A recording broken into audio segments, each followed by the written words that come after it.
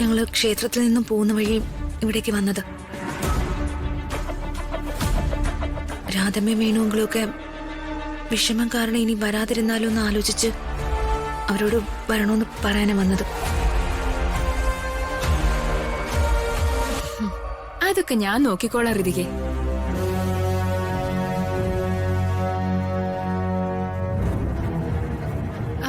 ഞാനിവര് വിളിച്ചോണ്ട് വന്നോളാം. ഋതിക എന്തിനാ വെറുതെ ബുദ്ധിമുട്ടുന്നേ? ഞാനില്ലേ ഇവിടെ. ഋതിക ധൈര്യമായിട്ട് പൊക്കോ. ഇവരെല്ലാവരും വരും.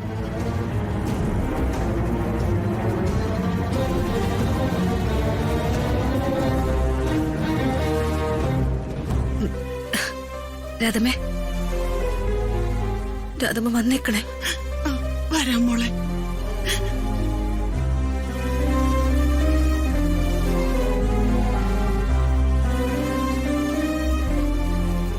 വിവാഹത്തിന്റെ സമയത്ത് എനിക്ക് വേണുങ്ങളോടും പ്രിയചേച്ചിയോടും രാധമ്മയോടും സംസാരിക്കാനുള്ള സമയം കിട്ടിയില്ലെങ്കിലോ എന്ന് ഓർത്ത നിങ്ങളോട് യാത്ര പറയാൻ കൂടി ഞാൻ വന്നത്.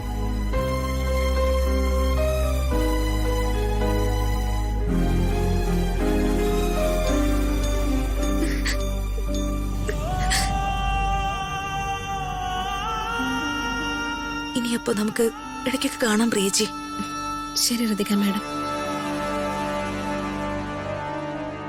എങ്കിൽ ഞാൻ ഇറങ്ങട്ടെ രാധമ്മേ.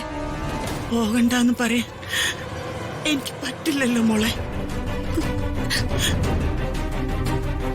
അതിനുള്ള അവകാശം എനിക്കില്ലല്ലോ.